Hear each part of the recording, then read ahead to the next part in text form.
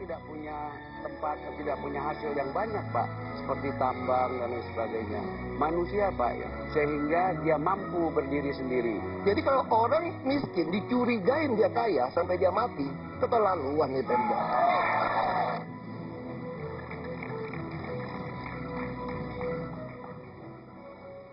Ya. Jakarta memilih the final round, semakin seru. Kita akan memasuki tema yang juga tidak kalah menariknya, soal tata kelola pemerintahan. Kesejahteraan masyarakat salah satunya ditentukan tata kelola pemerintahan yang baik. Kita akan dengarkan pandangan dari dua calon gubernur berkaitan dengan tata pengelolaan pemerintahan yang akan mereka lakukan dalam 5 tahun ke depan. Saya punya visi menunjukkan bahwa kita ingin mewujudkan tata kelola pemerintahan yang baik. Satu cuplikan kecil saja. Sekarang seluruh procurement di DKI Jakarta ini dilaksanakan melalui elektronik. Dengan begitu, proses lebih lancar, waktu yang diperlukan lebih singkat, dan tidak hanya itu. Dengan intensitas kegiatan yang begitu tinggi, melayani 10 juta orang, dan juga melayani pemerintah pusat dengan kewajiban-kewajiban kita sebagai pemerintah daerah. Ya. Rasanya tidak mungkin untuk berkantor cuma 1 jam dalam 1 hari di kantor.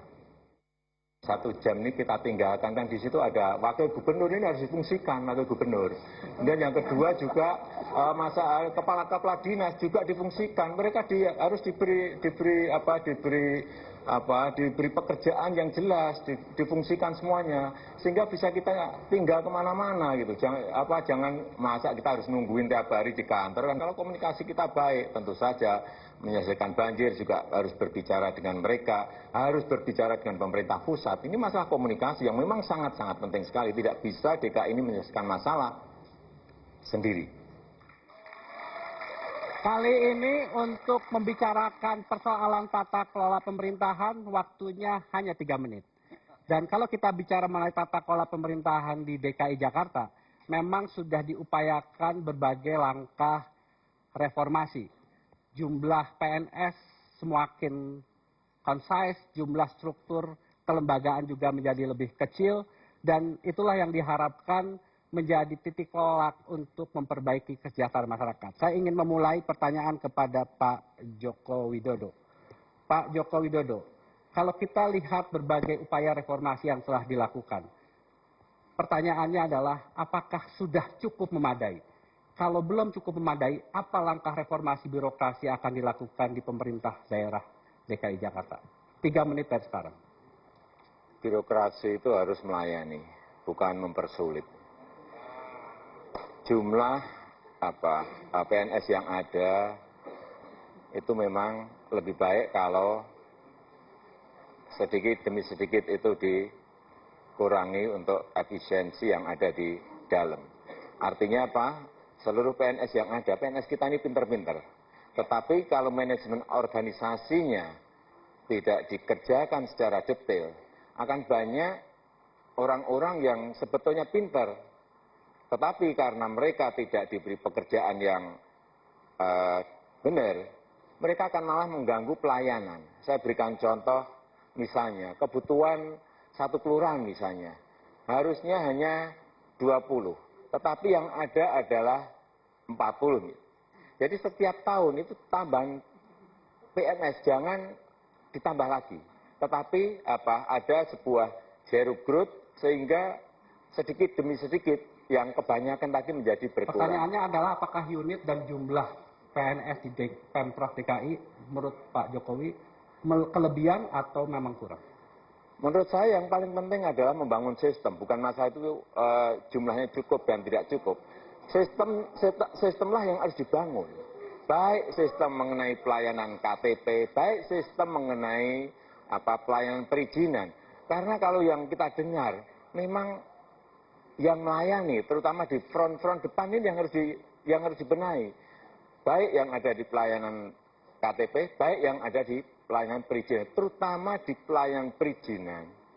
Ini yang saya dengar, memang banyak masalah di situ. Karena apa? Sistemnya terlalu lama, ngurus izin, IMB, sampai berbulan-bulan. Sehingga apa? Terjadi yang namanya negosiasi transaksional.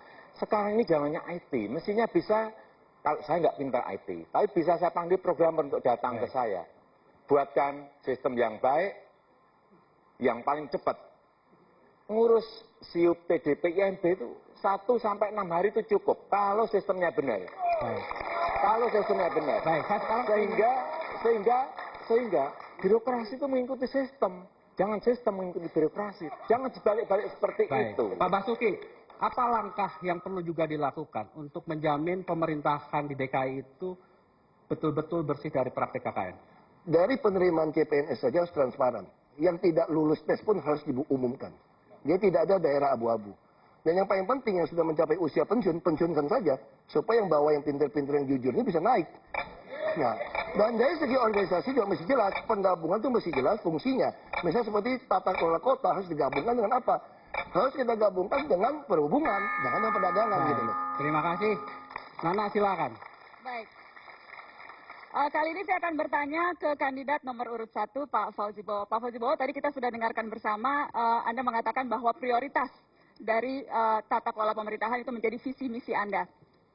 Dan juga tadi Anda sebutkan ada program e-procurement sebagai bagian dari pembenahan dan juga efisiensi bagian pengadaan. Pertanyaan saya Pak, selain dari yang sudah dilakukan e-procurement yang Anda bilang sudah menghemat 18% dari selama 6 bulan penyelenggaraan? 6 bulan ini 13%. Apa lagi prioritas pembenahan kualitas birokrasi pemerintah DKI Jakarta dan apakah gambaran yang tadi disebutkan oleh kandidat nomor 3 itu mencerminkan keadaan sesungguhnya dari pemerintah Provinsi DKI Jakarta? 3 menit dari sekarang. Pemerintah yang bersih dan jujur itu program yang terus yang harus diupayakan secara berkelanjutan. Jadi tidak boleh berhenti di tengah jalan. Demikian pula halnya dengan untuk memberantas korupsi. Yang jelas ini semua tidak cukup dengan sekedar retorika. Apalagi janji tidak pernah dibuktikan.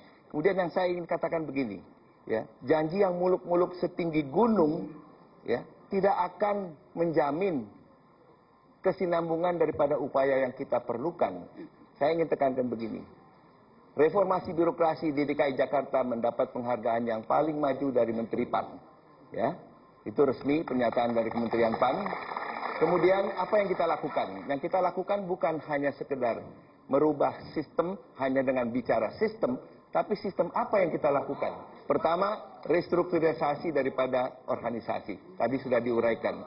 Yang kedua, penyerahan kewenangan yang lebih besar kepada ujung tombak kita yang ada di front line, yang langsung berhubungan dengan masyarakat yang dilayani, termasuk dalam memberikan izin-izin pada tingkat kecamatan dan kelurahan. Ini diikuti dengan penguatan kelurahan dan penguatan kecamatan. Apakah berarti gambaran yang tadi diberikan oleh Pak Joko Widodo itu salah sama sekali atau memang ada benarnya?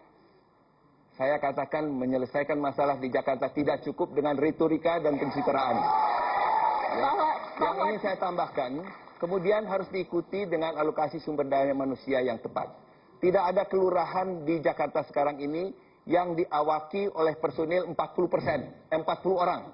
Itu saya tekankan, tidak ada. Boleh cari di Jakarta. Dari Kepulauan Seribu sampai Jagakarsa. Tidak ada satupun. Ya. Jadi informasi yang keliru dan ini menyesatkan. Ya. Kemudian sudah barang tentu, ujungnya nanti kalau semua ini sudah baik, tidak ada dana yang cukup yang dialokasikan untuk kelurahan dan kecamatan, ini juga tidak akan berjalan dengan baik.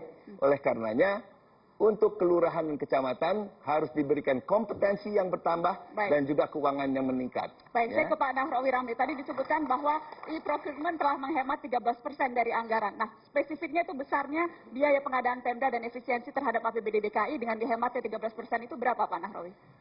Begini Bu Najwa. Jadi tadi, bahwa ada proses lelang, ada kepres yang mengatur itu, yang tadinya berhadapan, yang tadinya banyak orang bisa bermain di sana dengan e-procurement, maka itu akan menghemat 18%, kurang Dampaknya lebih. seberapa besar Pak? Oh dampaknya, dampaknya dia akan menghemat kurang lebih 18%, berarti kan kurang lebih sekitar 6 triliun. Itu apakah dari total seluruh APBD atau hanya dari sistem pengadaan e-procurement-nya saja? Tidak bisa langsung dikalikan APBD Pak Nahrawi? Di luar belanja pegawai, di luar belanja organisasi, ya. Baik, waktunya sudah habis. Terima kasih. Ya, pemirsa, sudah 4 isu yang kita bahas di debat Cagup DKI Jakarta. seru sekali suasana di studio malam hari ini. Sudah 4 isu yang kita bahas. Kita sudah bahas soal transportasi, banjir dan pemukiman, ekonomi dan kesra, dan juga tata kelola pemerintahan.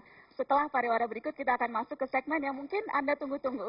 Bagaimana kedua pasang kandidat ini saling bertanya dan juga berargumen satu sama lain. Tetap di Jakarta Memilih, The Final Round.